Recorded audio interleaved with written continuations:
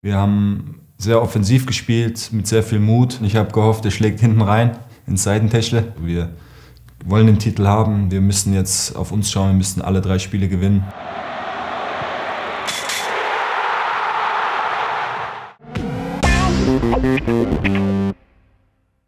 Das ist doch mal ein schöner Start in die neue Woche. 6:0 gewonnen. Der BVB ist nach wie vor im Rennen und damit herzlich willkommen zum Spieltagsrückblick aus Dortmund. Gleich kommt ein Mann, der gestern eine super Partie hingelegt hat, aber nicht so sehr im Fokus stand. Wir haben für euch außerdem noch die Highlights der U23, die in Köln gespielt hat und jetzt ganz nah am Klassenerhalt ist. Aber jetzt gibt es erstmal was auf die Ohren.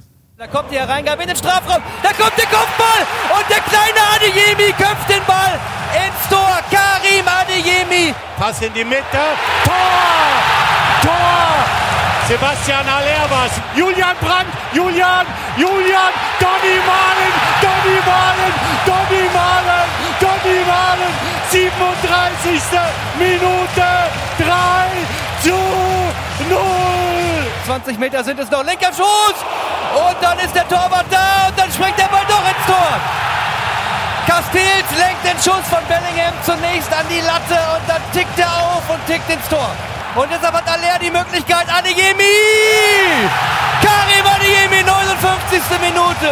Er holt sich diesen Ball, Haller setzt ihn in Szene. Und Karim Adeyemi mit seinem 2. Bundesliga-Doppelpack überhaupt. Brandt auf Bellingham, 9 Meter, Bellingham, 6:0. Nächster Doppeltorschütze. Ja, die Vorlage zu dem Tor kam von Julian Brandt. Er hat insgesamt 3 Tore gestern aufgelegt. Ich finde, ganz viele Borussen haben gestern ein super Spiel gemacht. Dazu gehört auf jeden Fall auch Niklas Süle. Die Zahlen, die das bestätigen, die kriegt ihr jetzt. Ich habe ihn nämlich gerade gesprochen. Ich fange mal mit einer ungewöhnlichen Frage an. Bist du eigentlich sauer, dass du gestern nicht getroffen hast? Ja, ich hatte 2 gute Möglichkeiten. Ich glaube, die erste war von der Position sogar besser. Hätte ich mit dem Spann schießen sollen. Ja, die zweite mache ich eigentlich ganz gut. Will ihn ins lange Eck schlänzen.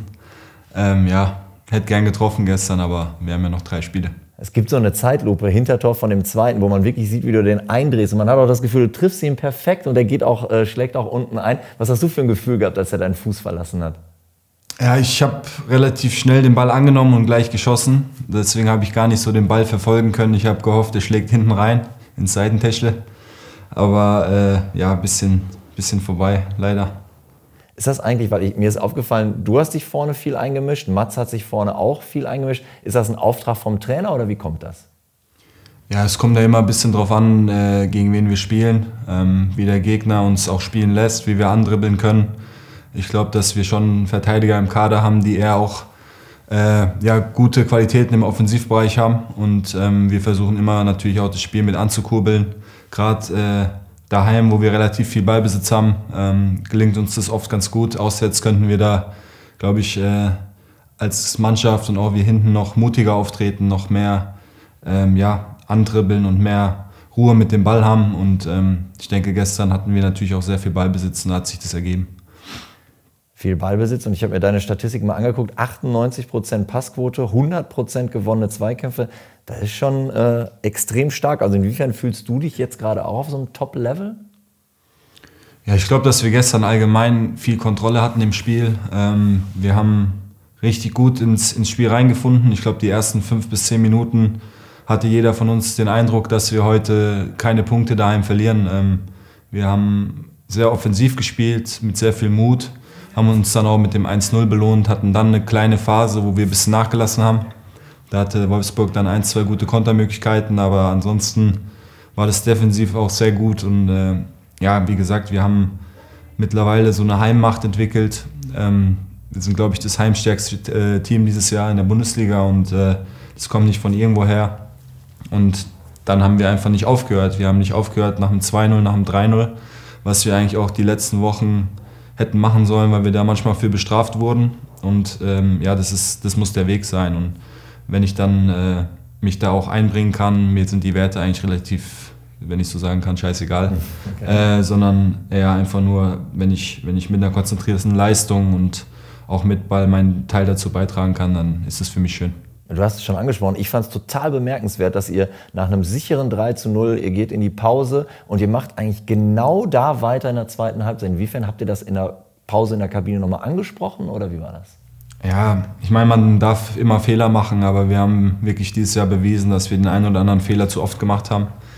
Gerade wenn wir aus der Halbzeit rauskommen, oft unkonzentriert waren, oft nicht ganz griffig waren und gerade auch mit dem Stuttgart-Spiel, das jetzt noch nicht so lange her ist, glaube ich auch bewiesen haben, dass wir immer mal zu Unkonzentriertheiten neigen, die völlig überflüssig sind. Wir haben einfach die Qualität, da immer weiterzumachen, immer auch mal einen Gegner 4, 5, 6 Tore einschießen können und das hat gestern sehr gut geklappt und das war, glaube ich, ein guter Schritt. Gerade was das angeht, mit einer besseren Körpersprache aus der Halbzeit zu kommen. Für dich lag ja heute wahrscheinlich erstmal Regeneration an. Was meinst du, ist jetzt so das richtige Mindset, das richtige Rezept für die Trainingswoche jetzt bis zum Gladbach-Spiel für dich? Ja, ich finde, dass wir eine konzentrierte Trainingswoche jetzt hatten vor dem Wolfsburg-Spiel. Wir wissen, dass wir eigentlich bis zum Ende jetzt immer nachziehen müssen. Ob das jetzt ein Vor- oder ein Nachteil ist, das wird man am Ende von der Saison sehen. Ich glaube, dass wir nur auf uns schauen sollten. Wir haben weiterhin eine Wahnsinnsmöglichkeit. Wir haben 2 Heimspiele noch und natürlich auch noch ein schwieriges Auswärtsspiel gegen Augsburg, wo eigentlich die Devise klar sein muss. Also wir wollen den Titel haben, wir müssen jetzt auf uns schauen, wir müssen alle 3 Spiele gewinnen und am Ende einfach schauen, ob das dann gereicht hat oder nicht. Aber ich glaube, wer jetzt noch Motivation irgendwie braucht oder spezielle Sachen im Training, der ist auf fehl am Platz. Und wo wir schon thematisch beim Gladbach-Spiel sind, dies ist ein Aufruf an alle Fans, die eine Karte für die letzten beiden Heimspiele haben. Kommt alle in Gelb. Ein Aufruf von Bündnis Südtribüne und Borussia Dortmund. Auch wenn ich jetzt hier in Schwarz stehe, kommt alle in Gelb.